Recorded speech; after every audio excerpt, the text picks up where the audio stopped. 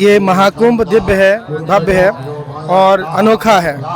आज आप देख रहे हैं ये शंकराचार्य जी का कैंप है, मठ है और यहाँ पर 324 कुंडी महायज्ञ इधर हो रहा है। इधर आप देख रहे हैं कुछ लोग संन्यास ले रहे हैं। गुरु जी, इस बारे में क्या प्रकाश डालेंगे आप? परिचय आपका? मैं काशी से हूँ, काशी कबीर आश्रम से हूँ। मैं पिछले 2-3 वर्षों से स्वामी अविमुक्तेश्वरानंद जी आश्रम से जुड़ा हुआ हूँ।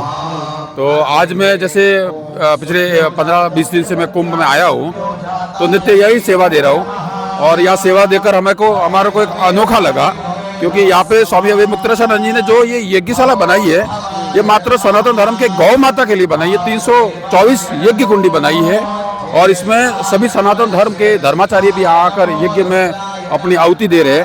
यहाँ पे उनका पादुका हो रहा है और अभी वर्तमान में शंकराचार्य जी के साथ ही ब्रह्मचारी दीक्षित हुए थे, वो अभी आज संन्यास धारण कर रहे हैं। तो ये संन्यास धारण कर रहे हैं ये लोग?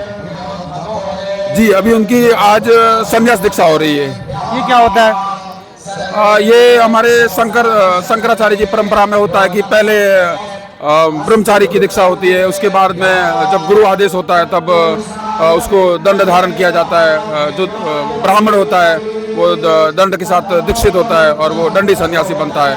ये शंकराचार्य जी की मूल परंपरा है और ये हमेशा चलती आई है वैदिक अनादि काल से, आदि गुरु शंकराचार्य जी की तरफ से। अभी जो एक अभिनेत्री को महामंडलेश्वर बना दिया गया, इस पर क्या कहेंगे आप? किसको? अभिनेत्री को, ममता कुलकर्णी को। अब ऐसा है, किसी को भी वो महामंडलेश्वर अखाड़ा परिषद वाले बना सकते हैं। जो बनते हैं वो बनाना चाहिए उनको, और जो नहीं बनते वो नहीं बनाना चाहिए। शंकराचार्य जी और अखाड़ा आपस में क्या संबंध होता है? वैसे तो देखने जाए तो सन्यासी परंपरा के अंदर शंकराचार्य जी ने 4 मठ गादी की स्थापना की थी और जो 10 अखाड़ा है, 13 में से 10 अखाड़ा जो सन्यासी परंपरा के है, इसमें सभी निमित्त शंकराचार्य जी के अधीन ही आते हैं। लेकिन अब कनेक्शन टूट चुका है, क्यों? अब कनेक्शन टूट चुका है, क्यों? अब वो अपने आप को लगता है कि कनेक्शन टूटा है, बाकी सभी सनातनी एक है, सभी धर्माचारी एक है। अब वो अपने गुटबाजी से कुछ करते होंगे तो वो बात की बात है। गाय को राष्ट्रमाता क्यों घोषित नहीं किया जा रहा है? अब वो सरकार गौ माता के नाम पे वोट ले रही है।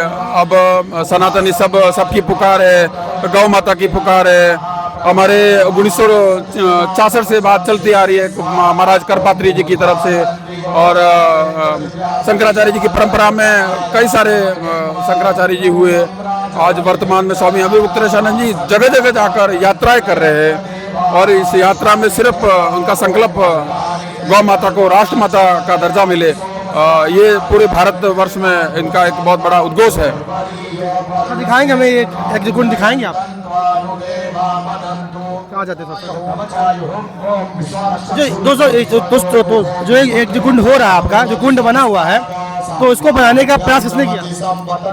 ये हमारे शंकराचार्य जी परंपरा के अंदर जितने भी ब्रह्मचारी लोग होते हैं वो इसमें निमित्त मात्रा में है, और हमारे प्रभारी भी है इसमें, यहाँ पे मुकुंदानंद जी, उन्हीं के देख रेख में बना है और स्वामी जी के आदेश से स्वामी जी की देख रेख में भी बना है ये सारी चीजें। ये कब तक चलेगा? कब तक चलेगा ये 12 फरवरी तक चलेगा, जब तक सनातन का ये स्नान पूरा नहीं होगा तब तक।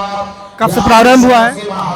ये हुआ है जनवरी से शुरू हुआ। जब कुंभ का प्रथम चरण था तब पेशवाई हुई थी, उसके बाद में उनका चालू हो गया था ये। प्रतिदिन हो रहा है ये हवन कुंड? हाँ, ये प्रतिदिन सुबह शाम लगातार चालू ही है, और मात्र शाम भी, रात में?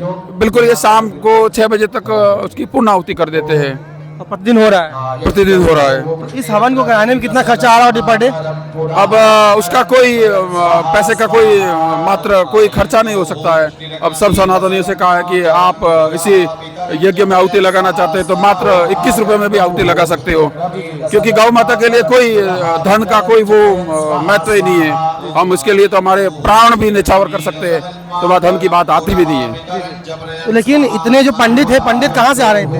ये सब हमारे ही आदिगुरु शंकराचार्य जी की परंपरा में जो भी हमारे गुरुकुल में पढ़ते हैं वही वृत्ताती है। जो बड़े होकर अपने विश्वविद्यालय में शास्त्री के रखे हैं वही वृत्ताती है जो आज हमारे को सेवा दे रहे हैं यहाँ पे। धन्यवाद बात करने के लिए गुरुजी आपका। देखिए यहाँ पर दिखाइए, देखिए ये 324 कुंडी यज्ञ हो रहा है लगातार, कुंभ के प्रारंभ होने से लेकर के अंत तक ये प्रतिदिन होता रहेगा। ये 324 कुंडी यज्ञ है। इस यज्ञ का जो मुख्य कारण है, जो मुख्य उद्देश्य है, वो है गौ माता को राष्ट्र माता करवाना, घोषित करवाना और गौ की रक्षा करना। इसी के साथ जनहित इंडिया पर आपको दिखाते रहेंगे।